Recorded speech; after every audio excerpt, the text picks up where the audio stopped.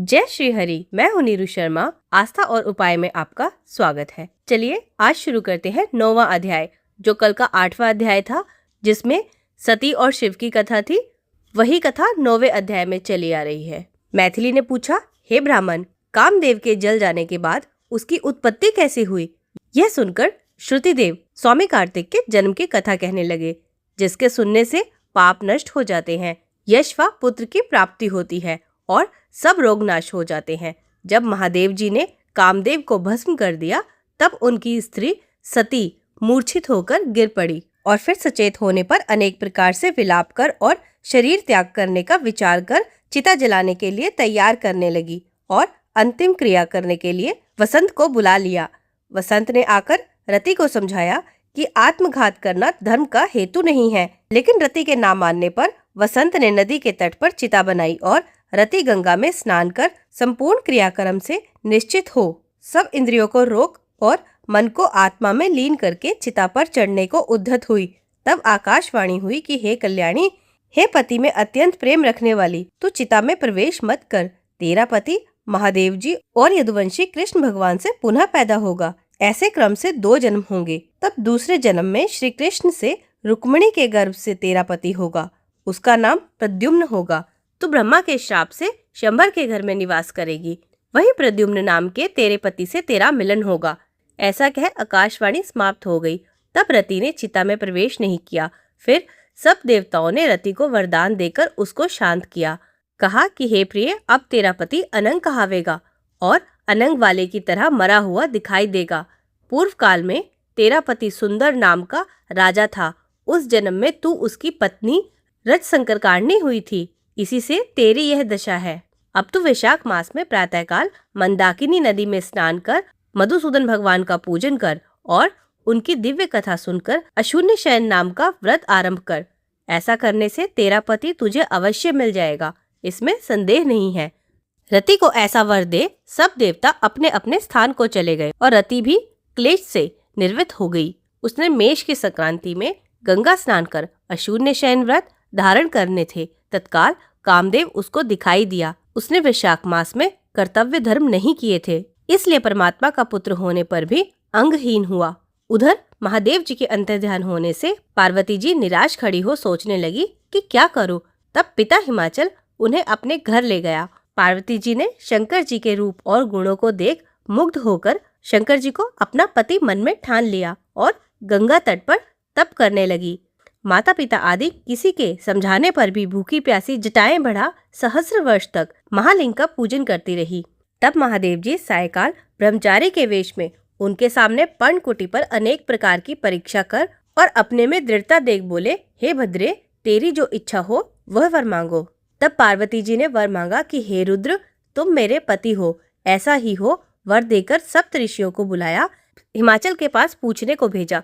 ये सप्तऋषि हिमाचल के पास पहुंचे और हिमाचल के पूछने पर बोले, हे राजन, तेरी कन्या पार्वती ने जो पहले दक्ष की पुत्री थी, अपने पिता के यज्ञ में शरीर त्याग कर तेरे घर जन्म लिया है। इसका विवाह महादेव जी से करा दो। यह बात सुन हिमाचल बोला कि पार्वती महादेव जी को ही अपना पति बनाने को घोर तप कर रही है। मैं भी अत्यंत हर्ष से अपनी कन्या महादेव जी को दे चुका हूँ। हिमाचल का उत्तर ले सप्तऋषि महादेव जी के पास आए और विवाह निश्चित कर चले गए। तब लक्ष्मी आदि सब देवियां तथा विष्णु आदि सब देवता बाराती बनकर चले और महादेव जी सब देवता मुनि मात्र आदि को तथा भूत गणों को साथ ले बैल पर चढ़ चले, जिनके आगे शंख मृदंग आदि अनेकों बाजे बजने लगे और वेद की ऋचा के पाठ होते हुए हिमाचल की पुरी में पहुँचे। तब शुभ लग्न में शिव पार्वती का विवाह संपन्न हो गया, जिससे त्रिलोकी में आनंद छा गया। इस महोत्सव के पूर्ण होने पर शंकर जी पार्वती जी के संग स्वच्छंदता से हिमालय के शिखर पर सहस्र दिव्य वर्ष तक रमण करते रहे। महादेव जी का पार्वती जी के साथ नित्य प्रति रमण करने से गर्भ स्थिति न होने से देवताओं को घोर चिंता हुई कि हमारे कार्य सिद्धि कठिन है। तब खूब विचार कर अग्नि को बुलाया। उसका अत्यंत सम्मान कर जहाँ महादेव जी रमण कर रहे थे वहाँ भेजा और कहा कि जब महादेव जी रमण कर चुके तब तू प्रकट हो सन्मुख जाना, जिससे वह पुनः रमण ना करें, क्योंकि तुझे देखकर पार्वती जी लज्जा के मारे वहां से हट जाएगी। तब तू शिष्य होकर कामादि शिव जी से प्रश्न कर बहुत सा समय लगा देना। बहुत काल व्यतीत होने पर पार्वती जी के गर्भ से स्वामी कार्तिक का जन्म होगा। अग्नि देवताओं से विदा हो महादेव जी के पास गया, जिससे वस्त्रहीन पार्वती जी को लज्जा उत्पन्न हुई और रमण छोड़ अलग हट गई। तब महादेव जी को बड़ा क्रोध हुआ और अग्नि से बोला, हे दुर्मते, इस अस्खलित वीर्य को जो दूसरा है तू ग्रहण कर। उस प्रचंड वीर्य के उदर में प्रवेश होने से अग्नि ने दुखित हो स्वर्गलोक में देवताओं के पास जाकर यह सब वृतांत कहा, जिससे देवताओं को वीर्य के स्थिति हो जाने से हर्ष हुआ, परंतु प्रसव कैसे होगा इसका अत्यंत दुख हुआ। अग्नि के उदर में महादेव जी का तेजो में वीर्य बढ़ने लगा। 10 महीना हो गए और प्रसव का कोई उपाय न हुआ। तब अत्यंत दुखी हो देवताओं को संग ले महायशस्विनी गंगा के पास जा सब स्तुति करने लगे कि माता, तू देवताओं के निमित्त शंकर के इस तेज को धारण कर जो अग्नि के प्रसव में बढ़ रहा है। ऐसी प्रार्थना करने पर गंगा ने कहा, तथास्तु। तब देवताओं के कहने से अग्नि ने गर्भ मोचन मंत्र से गर्भ का आकर्षण कर शंकर जी के तेज को गंगा जी में छोड़ दिया। यह तेज बड़ा दीप्तिमान और लोकों में असहनीय था। कुछ मास पर्यंत गंगा जी उसे सहन न कर सकी और जल सूख गया और रक्त क्लेवर दिखाई देने लगा।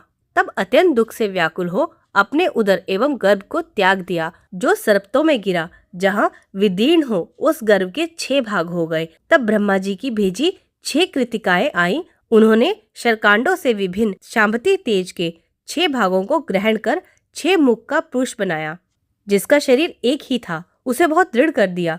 यह पुरुषाकार 6 मुखी शरीर बहुत समय तक शंकर कांडों में वैसे ही पड़ा रहा। उसका कोई रक्षक नहीं था।